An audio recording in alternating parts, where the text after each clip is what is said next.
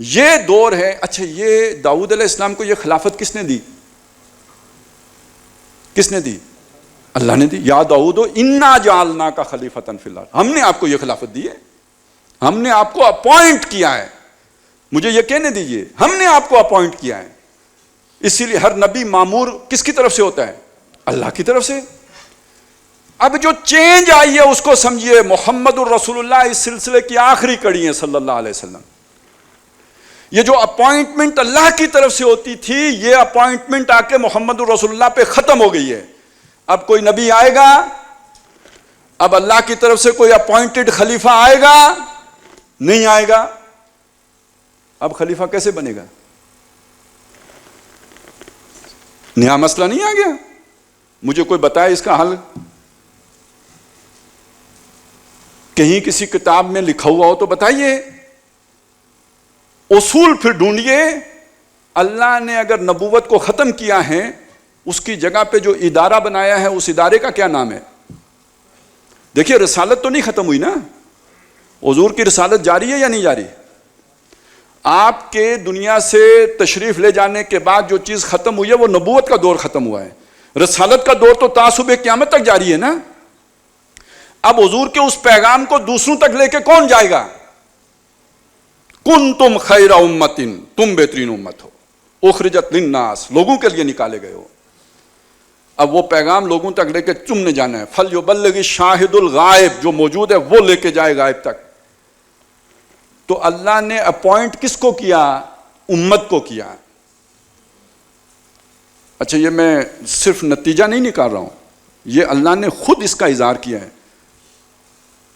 پہلے دن جو آپ نے تلاوت سنی ہے اس میں وَاجْتَبَاكُمْ سنا تھا. قاری صاحب نے 2 دفعہ 3 دفعہ پڑھا تھا. کیا؟ وَاجْتَبَاكُمْ، اس نے تمہیں چنا ہے. یو آر اپوائنٹڈ، آپ چنیدہ لوگ ہو. جیسے اللہ چنتا تھا نبیوں کو، ایسے اللہ نے امت کو چنا ہے.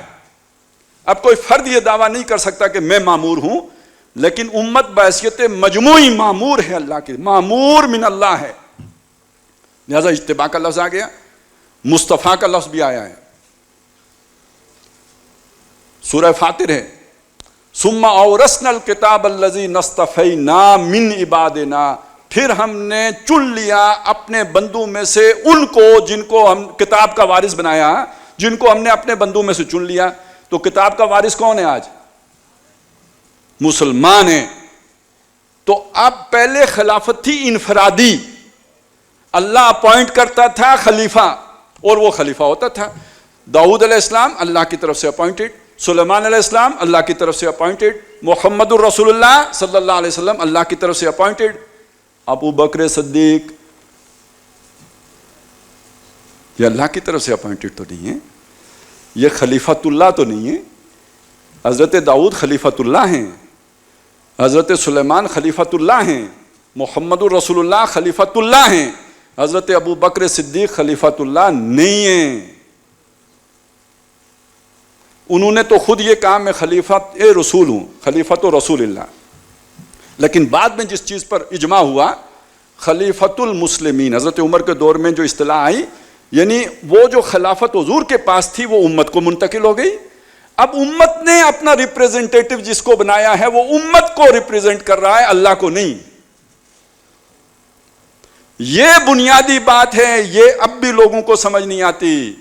یہ جو سارا وہ جھگڑا ہے، جنگ جمل ہے تو صفین ہے، اسی میں گم ہو گئے. ظل سعیہم، اسی میں ساری. تو سمجھ لیں اصل مسئلہ کیا ہے، وہاں جھگڑا کیا ہے؟ بھائی خلافت کا حق بنو امیہ کا تھا یا خلافت کا حق بنو ہاشم کا ہے؟ یہ جھگڑا ہے نا. یہ جو میں نے آپ کے سامنے رکھا ہے یہ جھگڑا کیا بنے گا پھر؟ خلافت کا حق کس کا ہے؟ بنو امیہ کا نہیں، بنو ہاشم کا، سیدوں کا. کس کا ہے؟ مسلمانوں کا. اب خلافت کسی خاندان کو نہیں دے کے گئے محمد رسول اللہ، نہ بنو ہاشم کو دے کے گئے، نہ بنو امیہ کو دے کے گئے، نہ کسی اور خاندان کو دے کے گئے، نہ عثمانیوں کو دے کے گئے. خلافت محمد الرسول اللہ اپنی امت کو دے کے گئے، ہر ماننے والے کو دے کے گئے، بلال کو بھی دے کے گئے. یہ ہے خلافت عامہ کا تصور. عمومی خلافت. اس کے مقابل جو تصور ہے وہ کون سا؟ خلافت خاصہ کا تصور.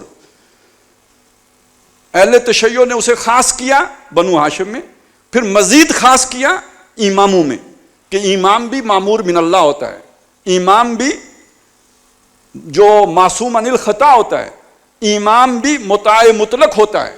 تو یہ خلافت خاصہ کا انتہائی گاڑی صورت ہو گئی.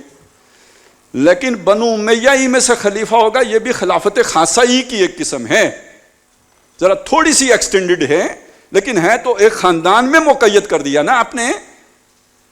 وہ ہم جس کا رونا رو رہے ہیں وہ کیا ہے؟ یہ کسی خاندان کا حق نہیں ہے، یہ امت مسلمہ کا حق ہے. نہیں تو یہ بھی شرک ہے. اللہ نے جو حق، اصل میں تو بادشاہ اللہ ہے، آپ نے وہ حق جو اللہ نے پوری امت کو دیا وہ ایک خاندان کو دے دیا. تو اس کا مطلب ہے وہ خاندان اللہ کے سر سے، اللہ نے اس کو آدم علیہ السلام کے سر سے بنایا ہے یا مٹی کے علاوہ کسی خیر اور بہتر چیز سے بنایا ہے؟ کیوں اس کو دے دیا اللہ نے؟ تو یہ سمجھ لیجئے، یہ جب انسان کو یہاں لے کے اللہ آیا، جیسے بچے کو بڑا کرتے ہیں نا اور اسے سمجھداری دے دیتا ہے، تو آدم علیہ السلام سے جو سفر شروع ہوا تھا وہ یہاں پہنچانے کے لیے تھا. انسان بحیثیت مجموعی اس قابل ہو جائے کہ اللہ کی اس خلافت کا بوجھ اٹھا سکے. جب تک اس قابل نہیں تھا تو اللہ نبی بھیج کے گویا انگلیاں پکڑ کے اسے چلاتا رہا. اب جب انسان اللہ نے یہاں پہنچا دیا تو نبوت کا سلسلہ روک کر وہ اجتماعی خلافت امت کو دے دی. یہ آج 15 صدیاں گزرنے کے بعد بھی ہمارے پلے نہیں پڑ رہا، تب کس کے پلے پڑنا تھا یہ؟ لیکن یہ بات سمجھ لیجئے کہ محمد رسول اللہ جو اصول دے کے گئے ہیں اس اصول میں خلافت امت کے لیے ہے، خلافت عامہ ہے. اب کوئی خلیفہ جائز خلیفہ نہیں ہوگا جب تک کہ امت اسے منتخب نہیں کرے گی.